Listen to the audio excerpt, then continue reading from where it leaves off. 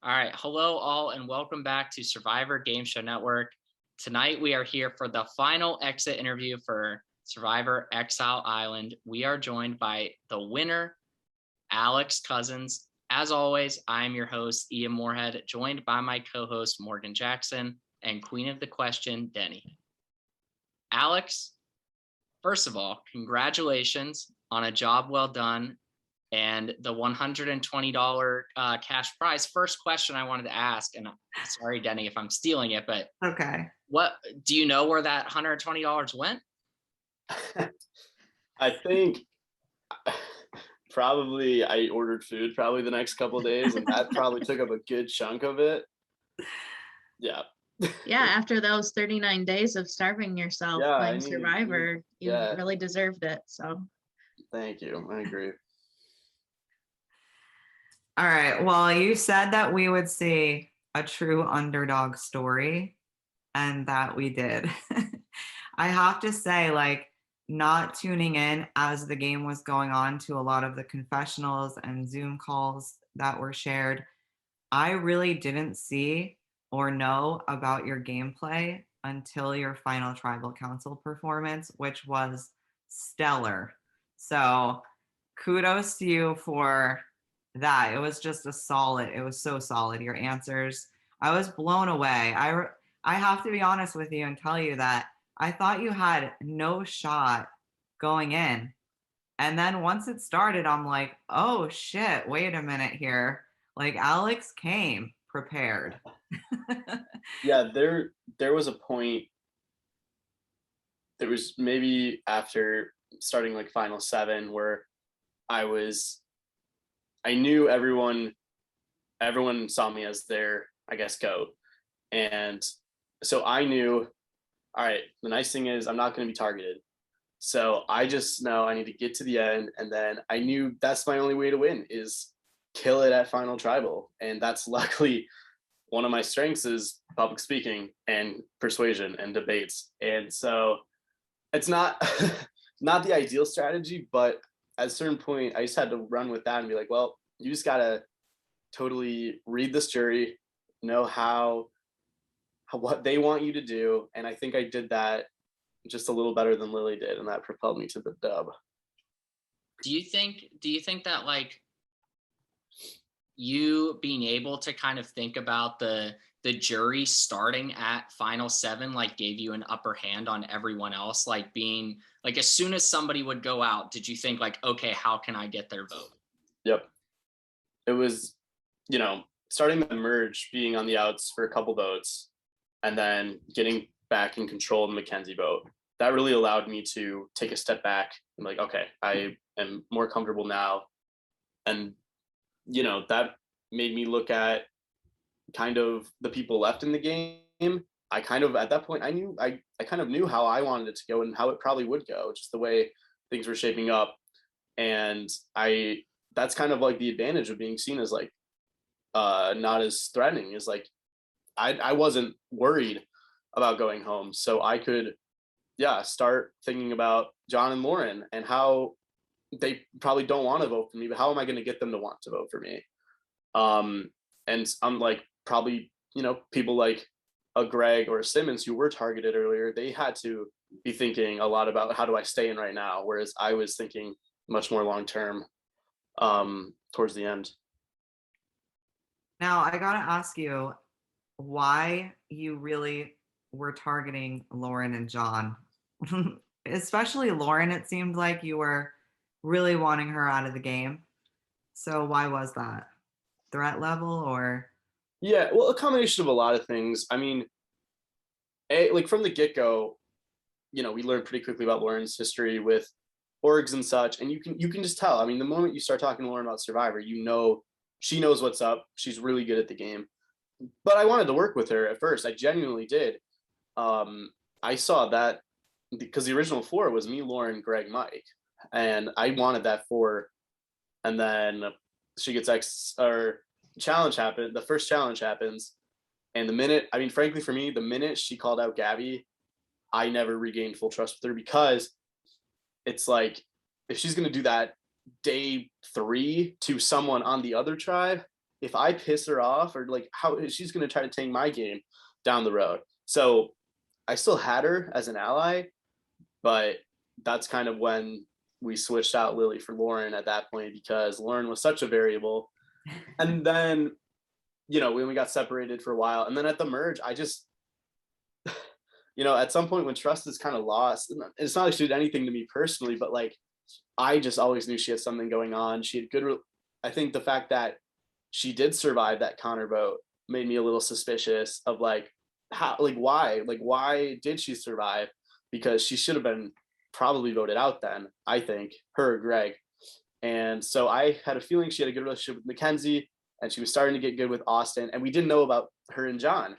Like, that was such a mystery. Like, are they actually working together? Do they actually hate each other? Because they played it really well, honestly. It was like, we didn't really know.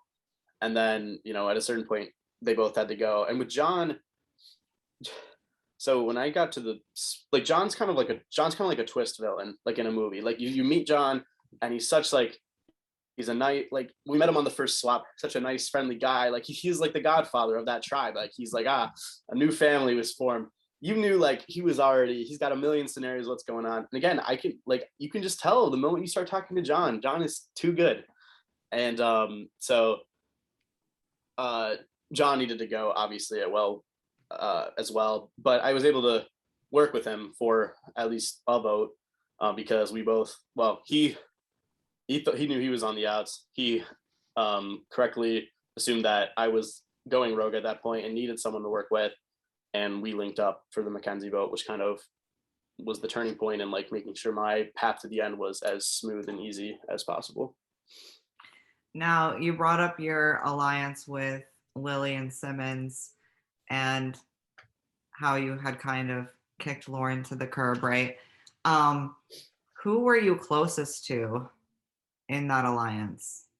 I was closest. I mean, you had Greg too, but yeah, I was closest to Lilly. Lilly and I, especially especially the last 5-6 votes, Lilly and I talked to Lilly more than anyone. The thing with Simmons was Simmons kept his cards really close to his chest, even within our four. Like I had a really good idea where Lilly and Greg's heads were at basically all the time.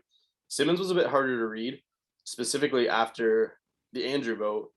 It was kind of like, all right, is this thing with him and Austin, how deep does that run?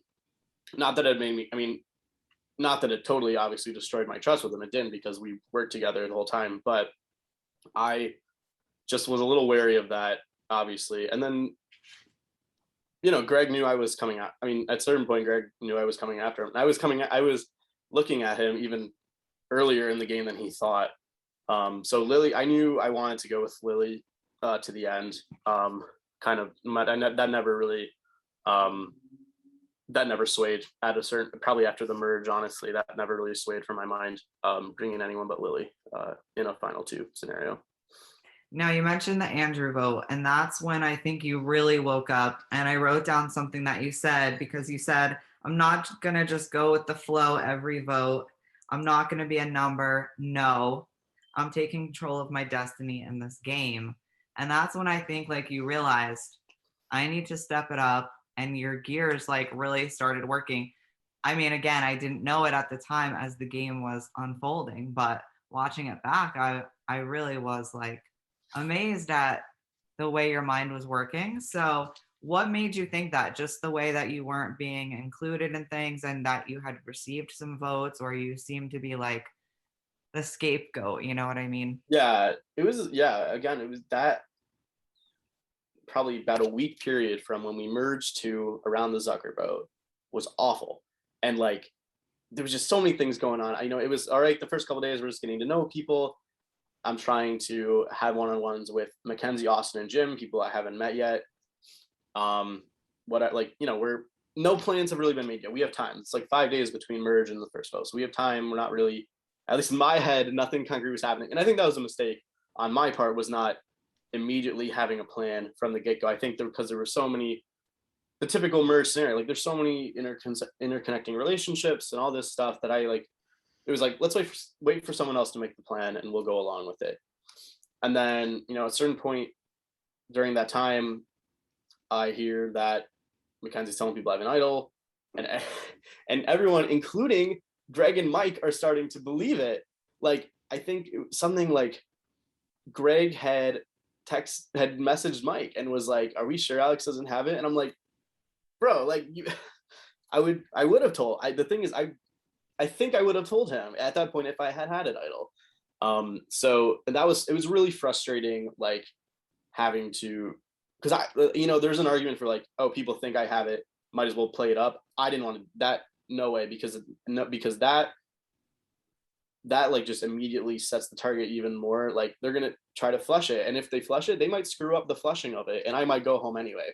Mm-hmm. So I really did my best to I tried my best to go to Mackenzie and be like, look, we got off on the wrong foot. That was my bad. I promise you, I do not have anything. I'd rather, even if we're not going to work together on the same side, let's not target each other. That didn't obviously do anything. And then, yeah, so at that point I was in survival mode. So I didn't feel like I was able to do anything to control the vote or sway the vote. I knew it was Mirror Jim, which was so stupid, but it just was how it ended up being. So, and I thought we had the numbers on Jim, obviously, and then they voted out Andrew. And yes, that was a little bit of, all right, that sucked, but at least I'm still here. And then I think it was when I kept getting targeted before the Zucker vote. That made me pissed. I was like, you guys really, I was literally sweating that whole Andrew vote. When the first 3 votes were Jim, I was like, well, there you go. That's going to be like 8 on me or something. Like, I literally thought, well, that's it. Like, but because I say that because I would have played the idol at that first, had I had one, which I did not. And so, but then getting targeted again for the same thing, just an easy vote. That's the thing. Did not want to be the easy vote. That's a bad feeling. And that was like not something I was going to go for. So I was doing, I don't remember what all that happened in between that. But as I said, at the last minute, Zucker was brought to me as the plan. Like they were going to split between myself and Zucker, and then Greg and Lilly pitched it to me like, but we're going to flip our votes and vote Zucker, so Zucker goes home. And I'm sitting there like, we have 4. Whatever they do, there's 10 of us. So if they split, 4 is the majority. Let's take out Mackenzie because Mackenzie's insanely trying to go after me, and it puts us back in control. And now I realize that Greg didn't want to get rid of Mackenzie just yet. At the time, I just thought they were playing scared, which I didn't like. But then, yeah, so it's like at that point, once I'm out of the loop, basically, I mean, I know that I was told, but I was out of the loop for 2 votes. At that point, it's like, well, whatever. Like, I'm literally going to try anything now because, like, I'm on the block anyway. So, like, if I go home in a fiery flame of, like, causing chaos, I'm going to do it because, A, it's fun and, like, I'm already, like, out the door. So, but luckily, I tried to form a real plan first, and that actually worked. And I didn't have to cause as much chaos as I thought I was going to. Well, I want to talk about that Zucker vote real quick because you said you didn't feel good about it. I know, Ian's smiling because it's come up every exit. So now I have to bring it up, this last one. You said you didn't feel good about it. You just told us that you found out about it late and you wanted to vote Mackenzie out. But was there any time to even reach out to Zucker to say to him, hey, the votes are going on you? And I know I heard it's me or you. What can we do here? That's the thing is, like, one of the worst reads I had was that because we had talked, we were going to do Glam plus Zucker was planning on doing something. We had talked at least before the vote, like the few hours for the vote when I don't remember the timeline, but we had talked about voting either Mackenzie or Austin. That was a huge debate because Mike and Greg both had their people and they wanted to save them. But the thing is, if I let Zucker know, well, in hindsight, if I let Zucker know it's splitting between us, he asked me, he might ask John to play the idol on him. I might go home. But yeah, I legitimately, when they told me Zucker's not with us, he's voting you, I was like, no, that's not right. Zucker is going to vote with us. I know Zucker, which was stupid looking back. Like, I don't know why I trusted him so much. And because he obviously put down my name. but I still contend that was the wrong move for us to do, whether or not Zucker put down my name or not. I think that was still the wrong play. It worked out, but it shouldn't have, but it did work out for our side more than it did for them because they just imploded. So yeah, I honestly, that didn't even cross my mind reaching out to Zucker, because just in case they were right and he was putting down my name, that just gives him a little more leverage to know he's going home and something could happen. Now, at one point you labeled yourself a free agent. I mean, you made it clear in front of everyone, right? But you had Lilly and Simmons and Greg. So were you like, where did that statement come from? Obviously, you don't want anyone to know how close you are aligned with these people, but was that just complete frustration, or like, where did that come from? Yes, there was a lot. Yeah. A lot of it was frustration, and I didn't want to. I was tired of being like the one left out. And the thing is, like, at that point, I couldn't completely trust my alliance because Greg and Mike had, for no reason, not told me and Lilly about the Andrew vote. Yeah. And now Greg and Lilly are forming plans with that side to vote out, like to split a vote, right? So I think that was kind of meaning like, you know what, I can play this game too. I can work with other people not in our alliance, I guess. I thought, maybe naively, that we should stick together, being probably the tightest four within the game at that point. We should, but if they were going to, and I was willing to, like, honestly, if the next day, John and Mackenzie want to all vote together to take out Greg or Mike, I consider it, because what do I have to lose at that point? Like, I already feel like I'm probably in the bottom of this alliance and in the game. So yeah, there was some element of truth to it, but also a lot of, just frustration.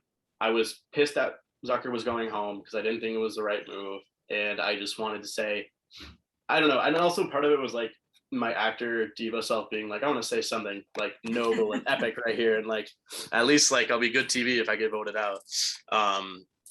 So yeah, a lot of different things went into that. I do want to give Alex some credit, because I think, like, at that merge, it like really was a turning point of the game, the final 11 till the final 9, that span. Alex was one of the few people that were like clearly willing to play a fluid game. Everyone was kind of like stuck with their little group, and like they wanted what was best for that little group and then them specifically. But like, Alex was one of those people who I could see him at any time voting with any group. Like, there was certain people in the game, and those people still played great games too, who were just like voting with a group. If one person, if their partner or number one was voting a certain way, they were also doing that. So I do want to give Alex some credit there. And also I want to give credit real quick to your social game. As many times as you came up, those people, Glam specifically, they never said like, oh, Alex is dispensable for us. Like, sure, we can get rid of Alex. Like, everyone was like, no, we're not getting rid of Alex. And I think throughout the season, like, there's not much social game shown for Alex. And I think that was a big part of your game, even if it was just with a few people. And that's exactly what it is. I had super tight relationships with those 3 people and barely anything with anyone else. And that was, I guess those really close ones, did obviously help in that early merge. We'll get to probably my lack of relationship with other people, because that was a big flaw of my game. But yeah, I think, I mean, at that point, I feel like 2 straight votes in a row, either being let in at the last minute or just not knowing, you have to adjust from there. And I ultimately didn't really end up, because the best path was to go back to my alliance. But that's only because they were willing to take out who I wanted to take out. So moving on to when you won immunity, you said your mom would be proud. Was she? I don't even know. She tried watching the first episode. I don't know. I don't think she really understands what I was doing. I told her I wanted immunity. I didn't tell her what it was. So yeah, I guess she was proud. Yeah, I love that that's the immunity I won. That's so on brand that like I stink at all like the real stuff, and then John gives me immunity. That was nice of him. Yeah. You wanted Greg to use his advantage on someone else so that you could vote him out. Do you think that the numbers would have worked that way? At 7, or I guess it's a 6. The numbers were there. The numbers were there at 8 all the way to when Greg was voted out. The numbers were always there. At 6, like I told Austin, I think it made the episode, like, if we had gone back to camp, I would have, because at that point it's like, all right, Greg's just won an immunity, and then he has this advantage. Like, he can win another, like, at this point it's like getting like, all right, Greg's here at 6. We need to start like getting more aggressive. So I would have tried to convince him to use it on, I don't know. I don't know what the play was, because we didn't have enough time to really think about a play in that situation.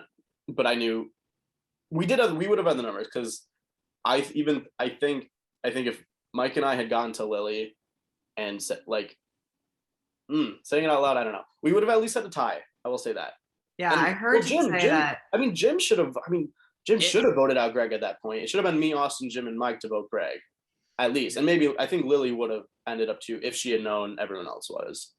Yeah, Greg was going to, so because they didn't go back to camp, Greg was going to use it on Jim to try and force the vote to go to Austin, which, like, in his head is great, but like in everyone else's head, like, there's Alex, Austin, and Mike gonna write down Greg's name. I don't know if Lilly would have or not.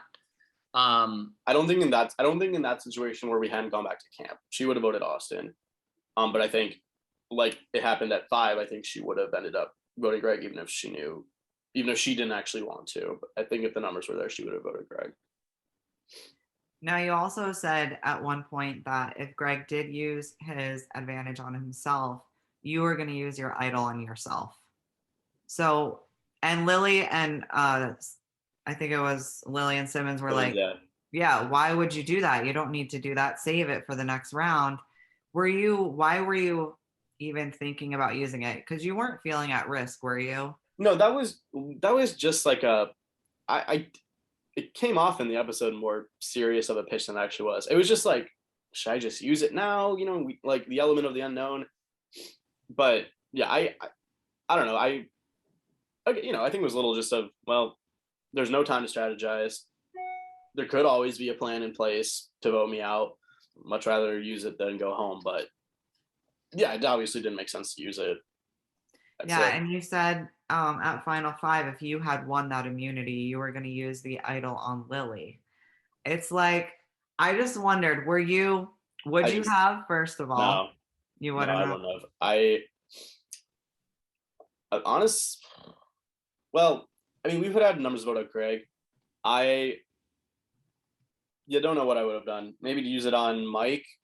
Yes, I would have used it on Mike, because that way that gives a little more leverage for me at 4 for him to vote with me and Lilly instead of Austin. Yeah, and it also, like, I wondered if you thought of the jury, like, knowing that you had an idol that you played instead of just keeping it in your pocket. Yeah. No one knowing about it. I was always going to play it just as I did find, like, yeah, because finding an idol was on paper one of the better, like, to the jury, like, the only thing I had done on my own. So yeah, I was gonna play it in some capacity. Greg, being the sweetheart he is, messaged me like right before trial, being like, "I'm just gonna vote for you so you can negate a vote." And I'm like, Greg, like, we're voting you out. Don't be so nice. But I did appreciate it. He was, but yeah, I really wanted to use it, because the big play would have been what I talked about at 7, where we were splitting between John and Austin. John thinks he has the idol, so he's good, and then he is, but then I play it on Jim and Austin goes home. That was like my head, like a cool like idol play scenario. But then it's like, John's still in the, I mean, it sucks because John's still in the game and I don't have an idol, but I think it would have been cool in theory.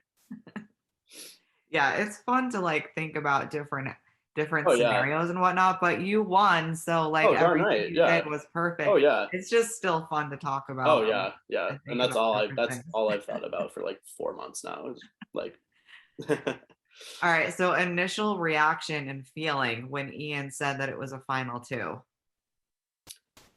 Not even surprised at that point. It felt like something was up, felt a little too easy.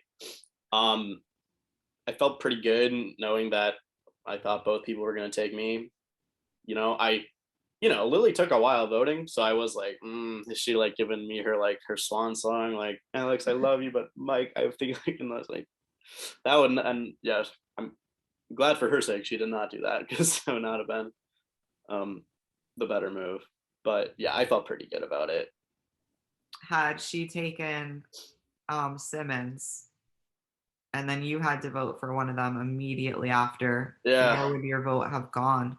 Oof, that's a tricky spot. Obviously I don't know the headspace I'd be in, as you saw with Mike. I'd like to tell you I wouldn't have been as better, just because like I would have been more perplexed at this decision. I'm gonna say right now, without hearing Mike's jury performance, my vote leans Simmons, because I think he did a better job of keeping his options open throughout the game. And where like Lilly had just completely blocked some people off from ever working, which automatically put them against her. I think somehow Simmons was able to win all these challenges, yet not get targeted until really 5, like a legit target at like 5. So again, and if Lilly, because I think where Lilly went wrong is she didn't. Yes, I mean obviously there was like the Zucker, but like his question, the mess up there. I feel like if she had attacked my game, like watching it back, I had a few things I said that she could have easily attacked a little more, and like, but she didn't, and I think that probably gives her the win. So if she gives the same performance, I'd probably go Mike. I was really curious to see what Mike had to say. It all comes down to that. So when Austin started speaking to you and Lilly with his question, he initially went on and on about how impressive Lilly's game was. So right off the bat, did that worry you that maybe she already had it in the bag? Oh, I mean, I thought she had it in the bag the whole time until Ian read up the 5th Alex vote, and that's not me just being like cool TV moment. I thought coming in, when Mike got voted out, I thought, well, there's a vote for me, so that's good. I didn't see any other lock votes for me on the board. Now, I certainly thought with a me and Lilly final 2 versus me and Mike, I had more chances to get votes. But even like after final tribal, I knew I had done a good job, and I still thought I had lost like 3-6 or 4-5. What was the question again? Sorry. Lilly. Just if you were worried that Lilly had it in the bag because of Austin's question. I never. If anything, I thought my odds kept creeping up, even when Austin had said that. It was a little concerning, because I thought Austin was one of the votes I'd have a good chance of getting.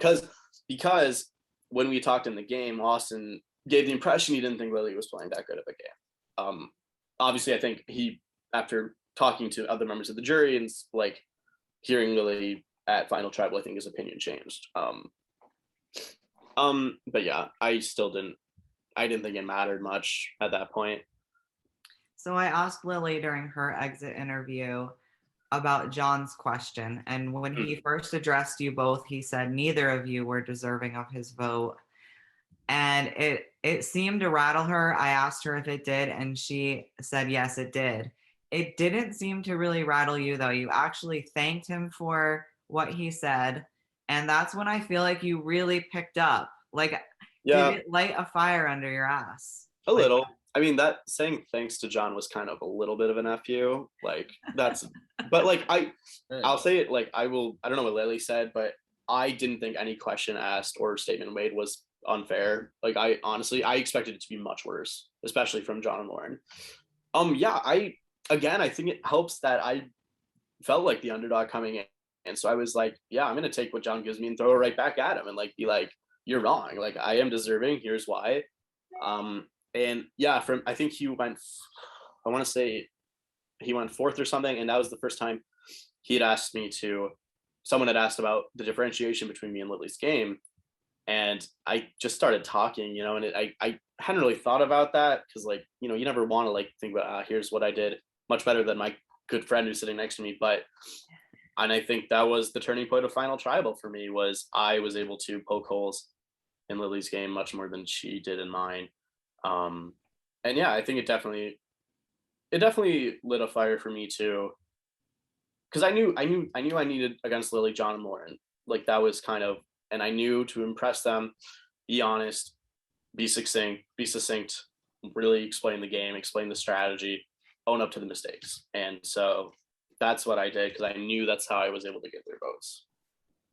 All right, now Austin asked you guys who you learned from the most in the game, and you both took it as a game question and spoke about who you learned from to help you in the game. But I'm curious, who did you learn the most from just on a personal level? Like human to human? Ooh.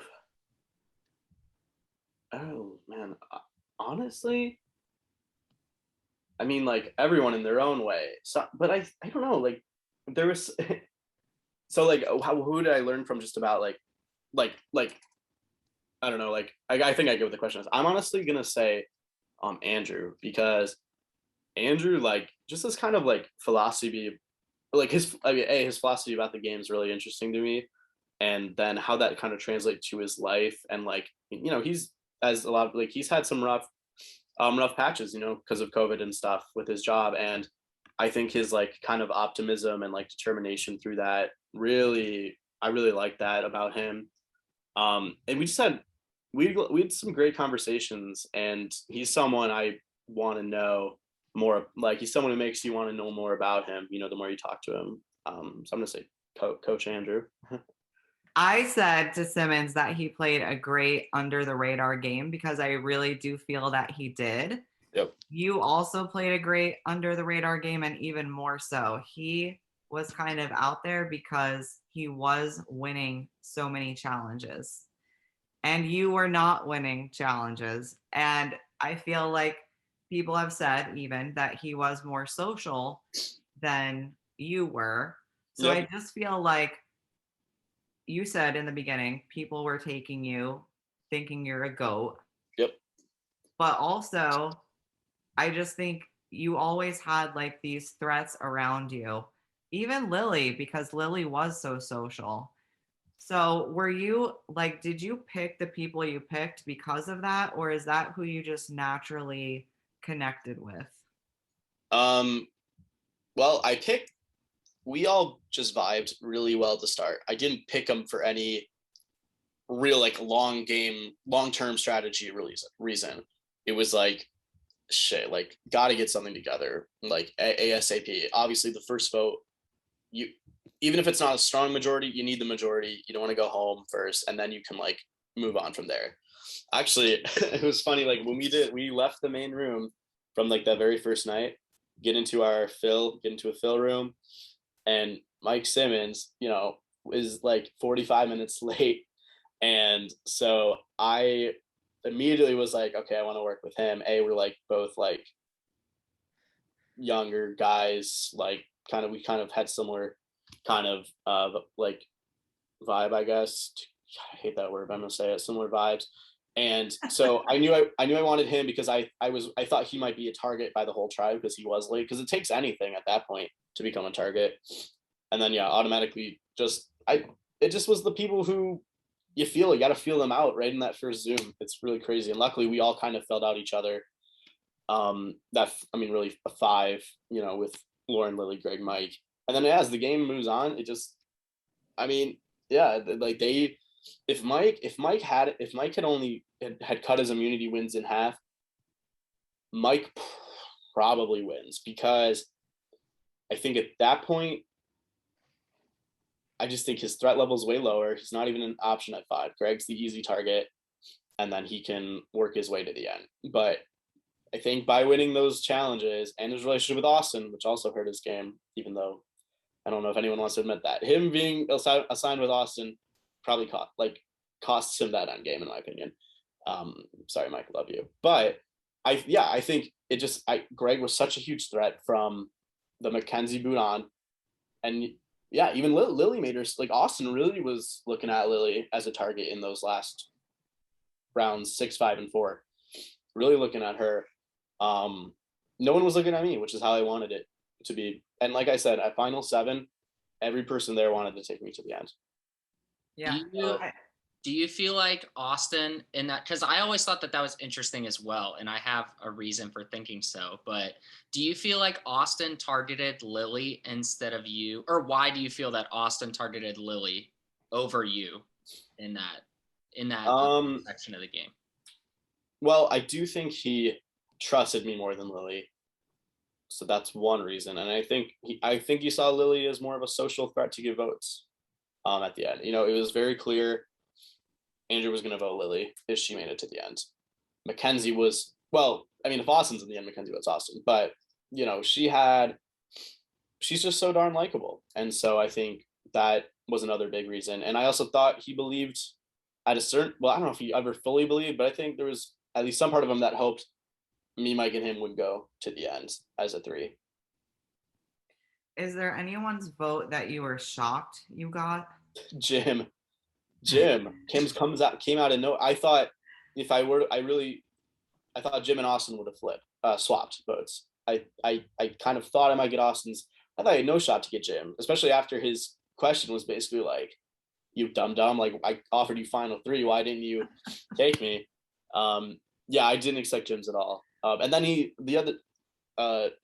said he would have voted for me even at a final 3 with Mike. So I'm like, I guess I don't know. Jim in Michigan proud, I guess.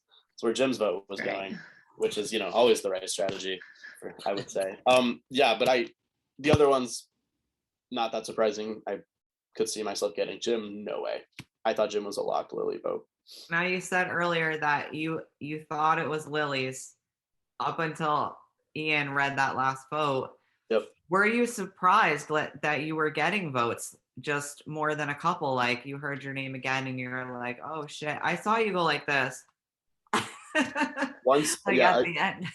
Yeah, again, like, so I answered Zucker's question completely honestly, I thought I had three votes, and then so he's reading them and it's 3-3, and then Lilly gets her 4-3. I'm like, well, there you go, one more Lilly, and then it is a 4th for me, and I'm like, shit, like, there's no way, right? Like, it's gonna be, that's even worse. I'd rather lose 6-3 than 5-4. Like, that's even worse. But, and then yeah, it was complete, like, holy, like, how the frick did like that happen? Like, and I think I'm still, Ian, you keep saying like, it really proves final tribal does matter, and I'm super happy you keep saying that, because I always think that is like the most underrated part of your game on Real Survivor, is how you do a final tribal. And it's not only about can you eloquently explain your arguments, about knowing your jury and knowing what they want you to do. And I think it comes down to I knew more what John and Lauren wanted from me than Lilly did, and I think that's kind of the difference. I mean, how great can your game be if you can't explain it? I mean, it's, and again, this is not a knock on Lilly. No. But like any Survivor player, like your game, Amanda Kimmel in China, her game is worth nothing because she's no idea what she's doing. And I've always said, and this is kind of, I think, what fueled also something that fueled that like free agent speech. I've always said I would much rather get voted out on jury than make it to the end and at least like get like no or 1 vote. Like if I lose like 5-4, it was close, but I'd much rather go out as like a threat or like voted out than get to the end, explain what I did and no one respect it. And that's honestly what I wanted out of it. I didn't think I was going to win because it was Mike, Lilly, and myself, which was my odds way lower. And I think I said in a bunch of like my confessionals before that final tribal, it was like, I just want the respect, even if they don't vote for me. And if not, I'm going to make them respect the game. If they don't vote for it, that's, it's their choice. I really wanted respect from the jury because I didn't feel like I had much at that point. And I felt a lot of it was unwarranted, not disrespect, but like lack of respect. So like what I'm hearing is the hierarchy of your end game outcomes are win, lose 6-3, lose 5-4, get voted out in the early merge, and then lose with 0 votes at the finals. That's what I'm hearing. That sounds about right. I would have much rather been taken out in Andrew's spot than get 0 votes at the end. Yeah, because getting 0 votes would suck. Yeah, it's just like, it's a horrifying feeling. Like, why did I put in all this work, to get to the end? And, sometimes there's people who've played who have had decent to good games who have gotten 0 votes, but it's still like, like I'd much rather play, not that I wasn't playing hard, but I'd much rather play hard And now you said you answered Zucker's question honestly, that you thought you had 3 votes. Yep. If you didn't think that you had 3 votes, if you went in thinking I'm getting no votes, you wouldn't have said 0, would you? Hell no. Yeah. No, I cringed so hard at that. I know. Because that's just not what he wanted to hear. And because it was incorrect. We all knew it was incorrect. She had 3 locked votes. And like my locks were like me assuming I had done a good job with John and Austin to give them their votes. She had 3 people who are under no circumstance not going to vote for her. So again, like, it's like the little things. And even though you love Lilly, you had to have been in your mind thinking like, fuck yeah.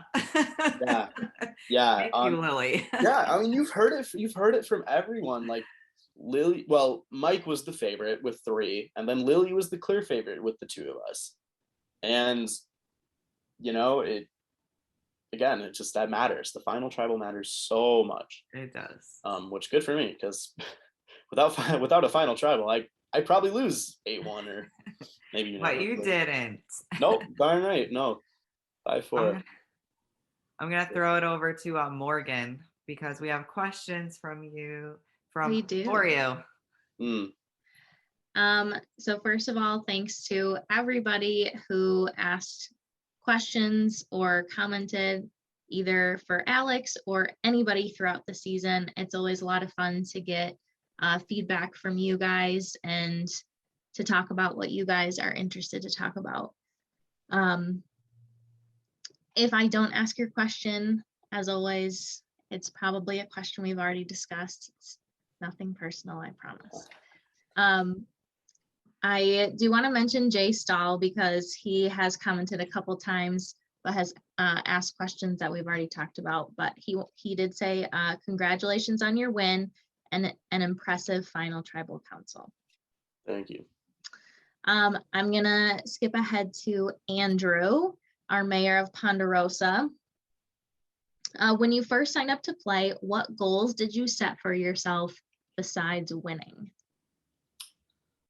Well, signing up, I really didn't know what it was. I like in my head, it was like, is it like a real game? I didn't really know. So, and then basically, once Ian, you confirmed, or I don't know why I said Ian or Morgan, whoever confirmed that first night, this is a real game of Survivor. Then I was like, okay, obviously make the merge. And that was, at that point, that was really it. Like, let's make the merge, get on the jury. So at least you're like part of the end. That's everyone's goal. I just wanted, and also like, just to, like, the reason I signed up for it was like to meet other people who like talking Survivor, because like there ain't that many up around my parts. So yeah, and both goals achieved, I would say. Awesome. Next question from Andrew. What's your drink of choice? This is an important question for whenever we finally link up. This is the one, I don't know. Okay. I'm going to go with, because it's just what I end up getting, I'm going to say vodka with Arnold Palmer. Nice and simple. All right. And what was your favorite lie you told in the game? Definitely Mackenzie and I told each other on, I believe, the morning of her vote out that we were not going to write each other's name at that tribal council. We knew we were absolutely bullshitting to each other's faces. We both voted for each other. It was just like, it was like one of those things where I came to her and was like, maybe like, let's not target each other. Maybe we can move forward. No one would see it coming, knowing very well it was already way too far gone. And then last one, he says, also, actually, least favorite song from Greece. There is a correct answer to this question. I'm curious what his answer is. There's actually quite a few in mind. I'm going to say a tie between We Go Together and The Hand Jive.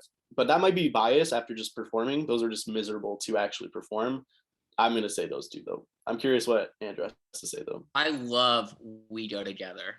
But like in the context of the musical, it's at such a dumb spot where like everyone hates each other, but like we're gonna sing because it's the end of Act 1 and we might as well be happy. Makes me mad. All right, our next question is from Amanda Goodman. Do you lose sleep Oh, at no. night over not knowing Zucker's wife's name? Yes. Yes. That whole challenge gives me waking up in cold sweats. Then she says, LOL, no, but for real, do you feel you've grown as a person from this experience? Did you learn anything new about yourself? I don't know if I learned anything new.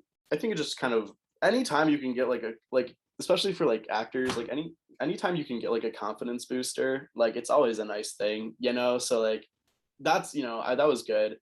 Also just I think the speaking aspect of it, public speaking, I think isn't like, obviously it is a strength of mine, but like, you know, it's always nice to put it on display. And yeah, so those yeah, I would say those are like kind of what I reaffirmed about myself, not necessarily like learned, but. All right, our next question is from Cole Zubak. Oh, you got it right. That's my buddy. Nice. If you could go back and change any aspect of your game, what would you change? I definitely think forming better relationships with people not in my alliance. If I do a better job handling that first interaction with Mackenzie, my life is much easier at those first couple of votes, even if I at least I don't feel like I'm the target.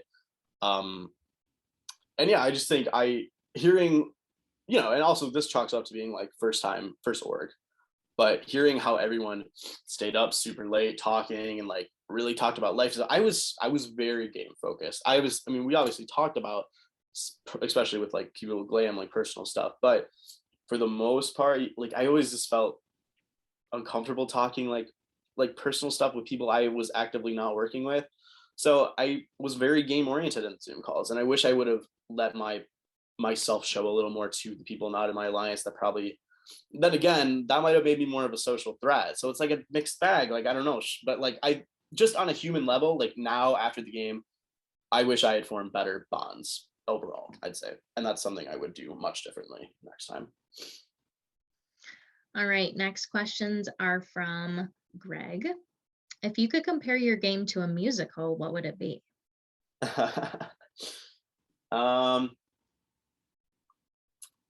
gonna say Newsies because very underdog oriented. Ends with a good speech at the end. I don't know, that I also really like it, and I was trying to think of just like rebellion stories, and that's the first one that came to my mind. That's a hard question, Greg. Come on. It is a hard question. That's a good one. It's a good one, but I don't like it because it makes me think. His next question is, when you play again, how will you downplay your threat level as a prior winner?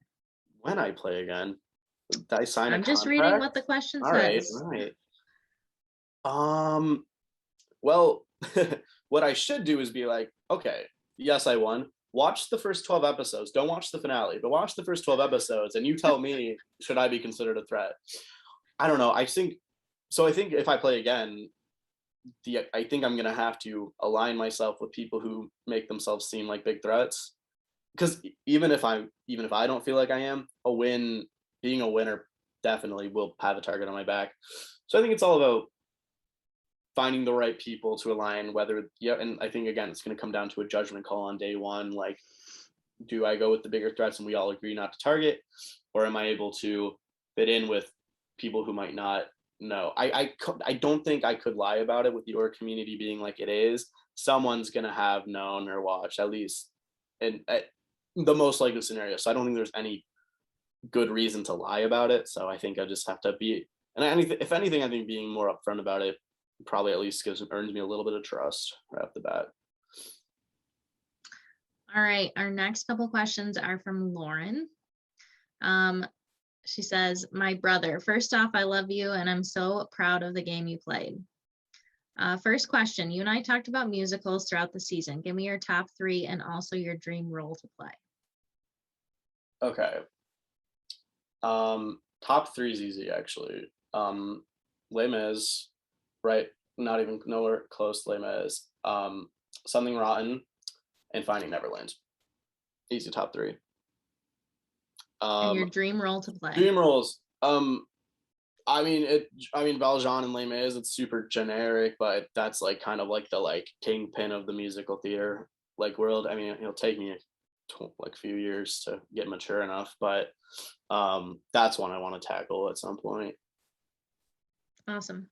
Her next question, what are your top 3 fast food restaurants? Oh boy, Taco Bell, easy. That's not even competition. After that it gets trickier. It's because I eat too much Taco Bell, so I don't have like any other options. I'm actually gonna, you know what? I'm gonna give some love to Arby's because I do really like Arby's and I go there quite a lot. And then, does Qdoba count as fast food? Yeah. Okay. Sure. There you go, Qdoba. And then her last question, besides winning, what was your favorite experience during the game? Favorite experience. The challenges were a blast, even though frustratingly is the word. I frustratingly was not very good at a lot of them, but they were a lot of fun. I mean, I thought Jeremy's challenge was a blast. That was super fun, and yeah, I really like the challenges. They were creative and like it was a nice like other stuff to do, like from the outside world, like come and play these like fun little like games. Like yeah, it was nice. It was a nice time. That was one thing I loved about you all season was like winning or losing the challenge. Like I could always tell that you were having a good time. I'm hyped. Yeah. Oh yeah, I'm hyper competitive, and the lower the stakes, the more competitive I get. Not that the stakes were low, but like I was like genuinely frustrated with myself after like getting out. Oh, there was one, the Zucker. It was the Zucker boot challenge before that 3-stage. Not making to that second stage, I was so mad at myself. I'm like, come on, you've trained your whole life for this, and you can't even get past. I don't even remember what it was, but yeah, those were a blast. And you reminded me of like Jonathan Penner, where like no matter what Morgan and I said, you always shot back at us with something. You could be in the middle of doing something where like you needed to just balance or something. You always had something to say. Oh yeah, and I remember like the one where we had to sit down after 10 minutes, eyes closed.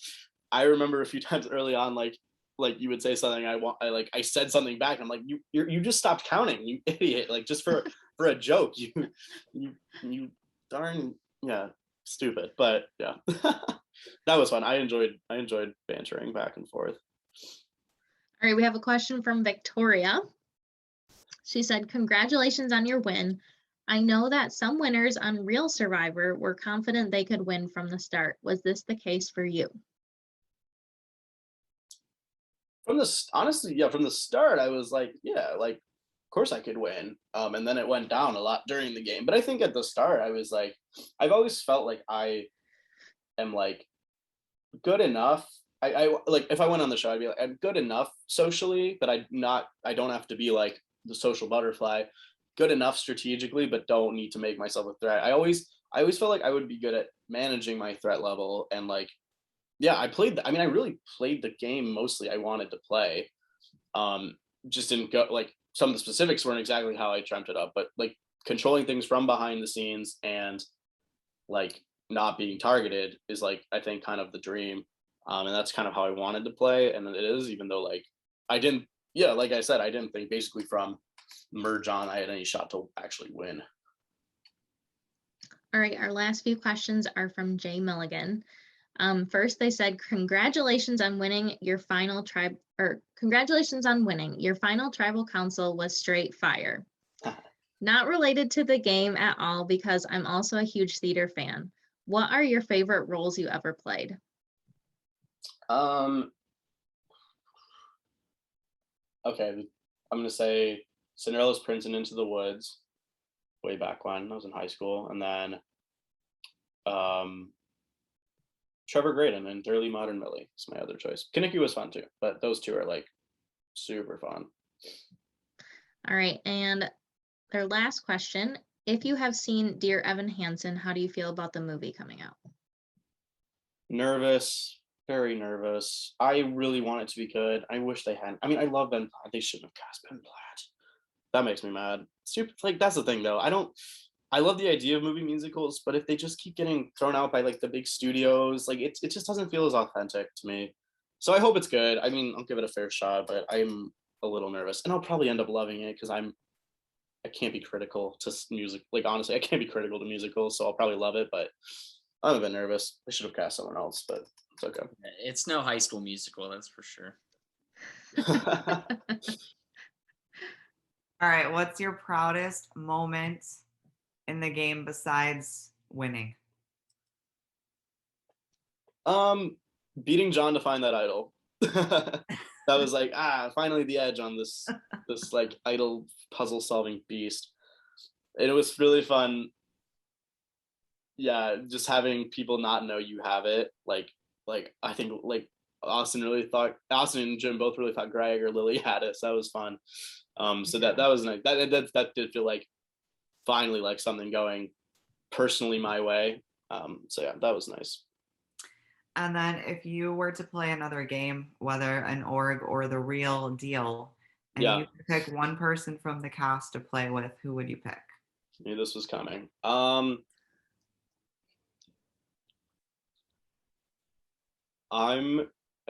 a lot of people who are in contention. I'm gonna say Greg because I think just like the way we communicated and talked about the game was really similar. I feel like we can have disagreements but still come back to each other. And I think he'll make himself a bigger target before me. Which is I knew you were gonna say that. Yeah. It's the same reason he picked Mike, honestly. Like I think, but I'd want Greg. I'd much rather have Greg on my side than coming for me. All right. Well, I know Ian says that there are no heroes in Survivor, but I disagree. And I want to know who you would name as the biggest villain in the game and the biggest hero. Oh, villain's tough. Again, so many lovely choices. Man, it's that trio, that Mackenzie, Lauren, John. They're all really great villains, but they are. I'm trying to imagine like if this had played out on CBS, like who would the audience think would be the big villain? Probably John. I think I'm going to say John was the biggest villain of the season because I think people would have been on Mackenzie and Lauren's side, a good chunk of the viewing public. So I'm going to say John, especially because John came back into the game. All right, and hero. Biggest hero, Greg or Lilly. Wait, I'm going to pick one. I'm going to pick one. Greg. Yeah. All right, and do you want to play Survivor? Like, have you put in an application before? Will you? I've been meaning to. It's on my to-do list. Yeah, especially with like graduating in May. Like, why not? It's like, yeah. Do you feel like this has proven like it? Yes. Like everyone can say, "Oh, I play these games because I like making connections and I want to have fun." And that's true. Like the connections I made when playing are the best part. Yeah. But winning is freaking awesome. And it's kind of like, hey, I think I could go out there and really do this. So do you think you could? Yeah, I mean it's like any given day, right? Like I feel like anyone can win Survivor, and that's what's cool about it, is like it's not a game based on one singular trait or thing, which is like super cool to me. And I've always, it's always kind of been like my show forever, like just like the strategy, like the layers of strategy and stuff. I think, yeah, if anything, playing this game has made me realize more what pitfalls I need to avoid when playing the real Survivor. Because I feel great because I'm like, I won and I played a really messy winning game. I feel like if I can like just tweak a few things, I can like play it. In my head, I'm like, I can play a dominant. I can play like a dominant winning game. Yeah, I freaking love to be on the real show. If anything, just for the exposure, so I can get good jobs afterward. Hey, and because I love Survivor too, I promise. But I think Big Brother's the route people usually go for the exposure. And I always say like, oh, Big Brother, like, and then I watch it, I'm like, I could do this. This would be fun too, and you don't have to like live on the beach and not have food, which I feel like that wouldn't go great for me. I'm a man who loves to eat. There's no Taco Bell out there. I know. There's not in the Big Brother house either, but at least you can make tacos. All right, one word to describe your game.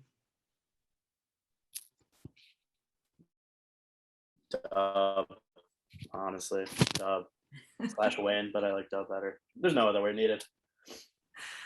Well, Alex, again, I can't tell you how fun it was. Just not trying to be rude, just saying, I literally thought you had no chance, but I wasn't seeing any of the behind the scenes stuff. I did watch confessionals in the very beginning, and then I just stopped. So I really didn't know like the inner layers of the game. And watching the episodes, I saw that you were doing a hell of a lot more than I ever would have realized. So fucking hats off. But your final tribal was killer. And I remember like we were all texting each other as it's going on, like, oh shit, Alex is killing it. And then someone said, he's gonna win this thing, isn't he? Like, because a lot of us thought it was gonna just be Lilly, just because we knew how much of a social game she had. But like you said, and like Ian said, it just proves that if you go into final tribal and you own your game and explain the moves that you made and why you made them, and that's exactly what you did. I mean, that you can win, and you freaking did, and you killed it, and you deserve your win. So congratulations again to you. Totally deserved the win. Yeah, thank you for sitting down with us. Thanks for playing, and hope to see you again. Oh yeah, thank you guys. This was so much fun. I don't regret any second of it. It was a blast, and I appreciate getting to sit down with you guys and talk about it. Yeah, I really enjoyed this this interview because I feel like still from the episodes, like it's hard to see kind of like what you do throughout the season. So I'm glad again that we have these so you and other people can come in and show like what they did that doesn't make the episodes, because there's a lot of shit that doesn't make the episodes. Oh yeah, it's like the hardest job in the world, I assume, putting this stuff together. I mean, credit There's to way harder jobs McKenna out there. This is fun. This is a lot of fun. Yeah, no, but like credit to like McKenna and that team for like editing them, even like how they did it. I keep my hair looks really bad, that's why I keep playing with it. But it's it was so fun watching it back, and it proves like, you know, like you said, Denny, like it proves like you're never out of it. Like you're never out of it. And you know, while I do wish I would have like been able to go in the final tribal with a little more like, okay, I have a few votes here and there. Honestly, this might have been the best route for me to take, was like completely tank my threat level and rise it right back up, and for everyone to be like, oh shit, we should have gotten rid of him. I hope that's what you all think, all you jurors. Well, obviously they do think that now. Mm-hmm. That's right. Well, I have two big thank yous to give out. One is to Alex and the cast and the people who watch the season and watch the content. Thank you for watching. Thank you for commenting, giving your feedback. It means a lot to not only Morgan and I, but to McKenna and Denny and people who work on the team to put these episodes out and give people like Alex the chance to, you know, go back and relive their glory days of winning online Survivor. So it means a lot to us that you watch the season, and with seasons coming in the future, I really hope that we continue to see you in the comment section and providing your feedback again. Second thank you is to our queen of the question, Denny. Massive thank you to you for not only doing a great job at what you do, but for always going above and beyond, rewatching episodes, writing questions, you know, doing work that for something that might be easy to some people, like it is easy to you, but you show up and you make sure that it's good. And, you know, I just can't like thank you enough for doing that and for caring about this, because like we're getting 50 to 100 views on YouTube. Like you don't need to care that much, but like I love a clean and finished product, and you bring that every time. Every time after an exit, Denny and I message back and forth like, hey, that was good, that wasn't good. We always went back and forth all season long of like which exits we like individually thought were great. And yeah, Denny and I are always providing feedback to each other on stuff. And yeah, I wouldn't want any other person to be the queen of the question. And I think you have a role cemented here forever because you do such a great job. So Oh, thank you. I thank you. appreciate it, and I love doing it. So happy to be a part of the team. Morgan, anything you want to add before we close out Survivor Exile Island? Well, I mean, I can echo a lot of the things that Denny and Ian have said. Obviously, big congratulations to you, Alex. And I mean, it was just awesome to watch your game unfold. It was great to have this interview with you and to hear all the things behind the scenes that we don't get to see, because Survivor is such a complex game. And even if you try to show everything, you're still never going to have that full picture without hearing from the individual players. So, yeah, and thanks to Denny for her commitment to getting to hear that full picture. And of course, to my awesome co-host, Ian, for just an awesome time hosting and getting to live out our Survivor dream virtually. Yeah, and we will be back with another season in 2022. So definitely looking forward to that. And like I said earlier, we hope to see you in the comments section for future seasons. And we cannot wait to hear your feedback because that's the only way these games get better. And apply, damn it. Apply. It's fun. Apply. You should play an SGSN game. And you won't see me, but Survivor Game Show Network will see you next time. Take care.